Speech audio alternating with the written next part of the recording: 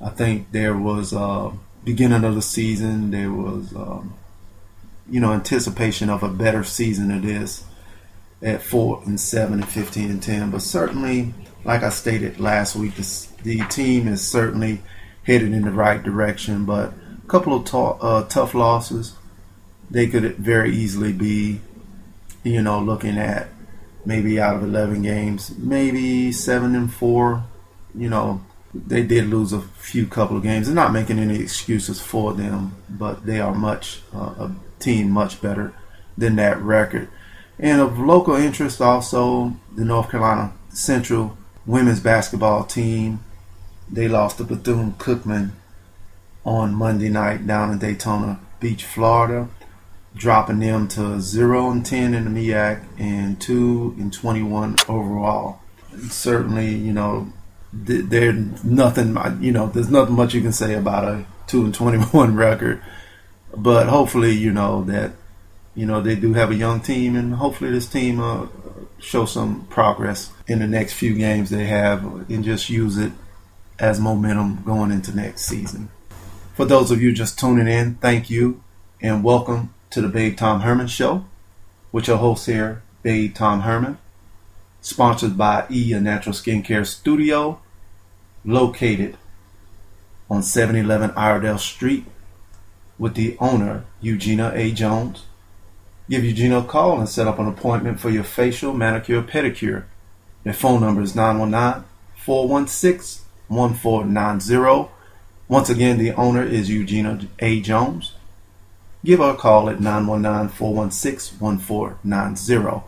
Now, to get back to the topic of our show today, and next week will be, can the NCAA reform itself? Presently, the way it is, the way it has been, there has to be a change. The NCAA is facing 3 major lawsuits, in which would probably lead them to wanting to reform. Basically, those 3 major lawsuits could lead to disclosure of enormous NCAA income. We all know the NCAA is certainly not broke with all the TV contracts that are in place for the major sports, such as football, college football, basketball, men's and women's basketball. Certainly a new structure for athletic scholarships. This could definitely be beneficial for student, what they call student athletes, that include payments to players. A new system for preventing and treating concussions and more. And we know that, of course, just like any big entity such as the NCAA rather, has shelled out millions to big firms and lawyers, along with current President Mark Emmert, who seems to think at times when I listen to him or read statements by him, just seems to think everything is cool, everything is okay with the way the NCAA is going now. But certainly there needs to be massive changes to the NCAA as an organization. If you're a skeptic and don't believe there needs to be any changes, listen to the statement I read that Coach Mike Krzyzewski made during the fall prior to the start of the 2011-12 NCAA men's basketball season in reference to prospect contact rules. Mike Krzyzewski said the old NCAA is no longer. To go back can't happen. The NCAA needs to change. I'd hate to see the top conferences not be a part of it, and that could certainly happen. And it's interesting that he made that statement, because many believe that the big schools and the big conferences will one day shuffle away from the NCAA once they have the money to do so. So that's certainly probably enough to get a person like Mark Emmert's attention. And when we go back to the 3 class action lawsuits, let's go back to the first one, which is better known as the Ed O'Bannon class action suit, in which many of you may or may not be aware of Ed O'Bannon. He was a star of the UCLA's 1995 national championship team. And that's also a team where current NC State coach Mark Gottfried was an assistant during that national championship run back in 1995. O'Bannon was also the winner of the John Wooden Award that year. And he has been, even though there's other players in it such as Bill Russell and Oscar Robertson, they're two of the growing groups that are joining in with this lawsuit. But Ed O'Bannon, of course, is in the forefront of this lawsuit. What's happening here, the athletes are demanding their share of what has become a major profit, what they consider a major profit center for the NCAA, the sale of video games, DVDs, trading cards, game films, and of course other products that feature their heroics as athletes during their college years. Now, I've read reports where Oscar Robertson, he is one of the ones who is actually on the trading cards, the legends. I think the trading card they're called legend cards, in which Oscar Robertson is definitely talking in reference to him not getting anything for being on those cards. And of course, him as well as other college stars, they want, these products, they receive nothing from it. The profits from these cards go to the NCAAs and also to the players' universities. So in Oscar's case, it goes to the University of Cincinnati where he starred at, as well as the NCAA. With this particular lawsuits, these athletes, what's going to happen is basically they're going to they're digging into documents, and especially during this process, they want, the NCAA to reveal financial records to determine the size of what appears to be a small industry. Now, they would then demand their share of the proceeds, arguing basically that the NCAA, of course, right to use their likeness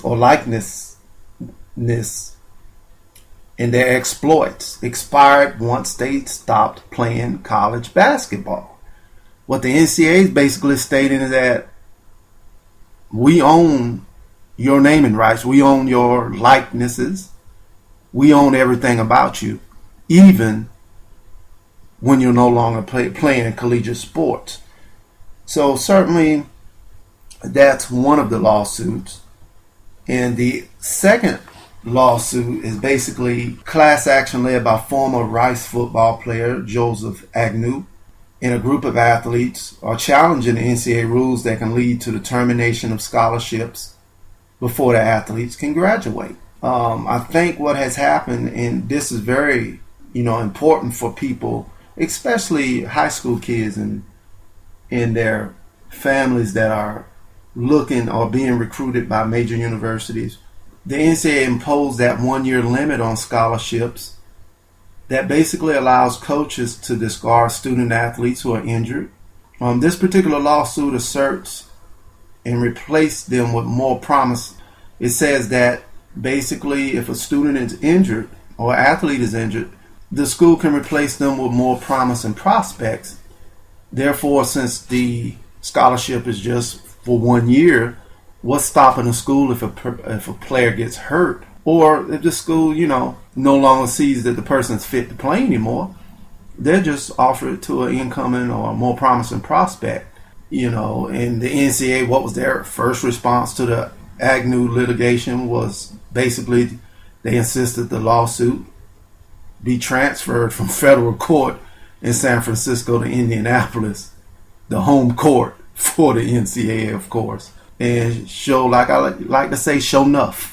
The federal district judge in Indianapolis dismissed that case, forcing the Agnew group to appeal her decision, which was Judge Magnus Stinson, forcing once again the Agnew group to appeal her decision to a higher court in Chicago. Now, this got Emmert's attention, and he bought a little time, but it also, he indicated that he is definitely interested in changing the rules that the Agnew group attacked. So definitely something good came out of that so far. And I'm going to go over Taylor Branch, an article in the Atlantic. It may be a reason too why Emmert changed his, changed his sound a little bit. It's an article called The Atlantic, describing the shame of college sports. I'll go into that a little later. That a lot of people are saying that is probably why the NCAA president, along with the NCAA board, is certainly willing probably to make some changes. The third major lawsuit that I mentioned, there were three.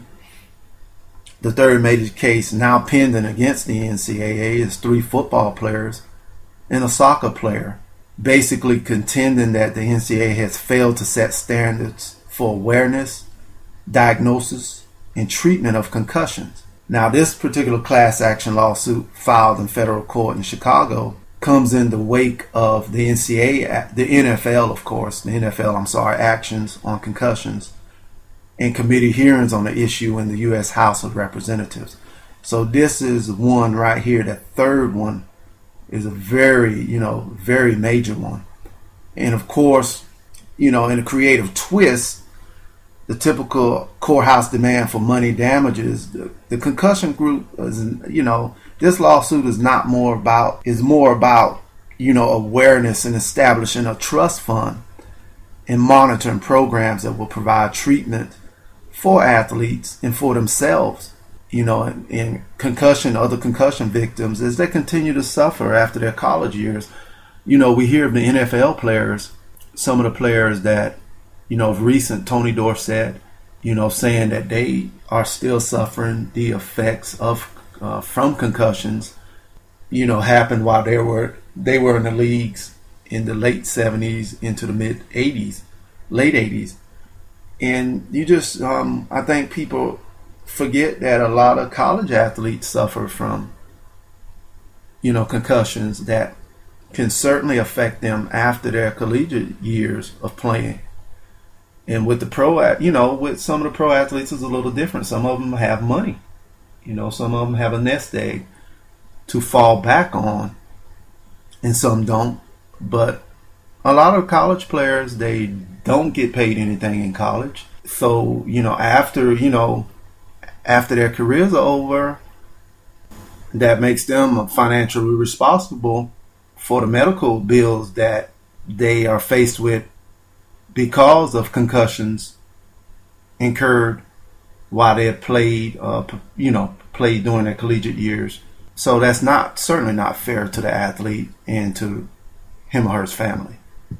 Now, I mentioned earlier about NCAA President Mark Emmert probably willing to make changes because of this article that came out by Pulitzer-winning journalist Taylor Branch, which he called the Atlantic Piece, the most important article ever written by college sports, according to NPR. He just brings an awareness to why aren't college athletes already paid.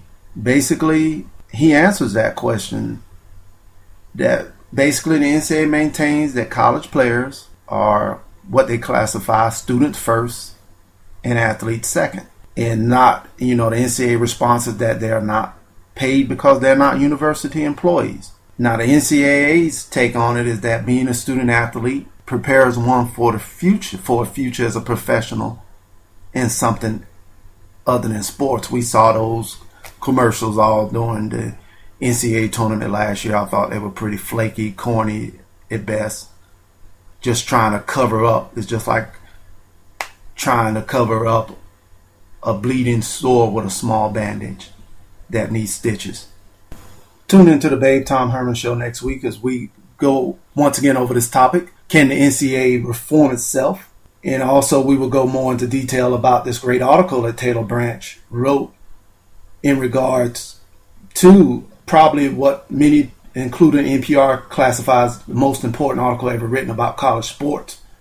He would also break down details, according to his report,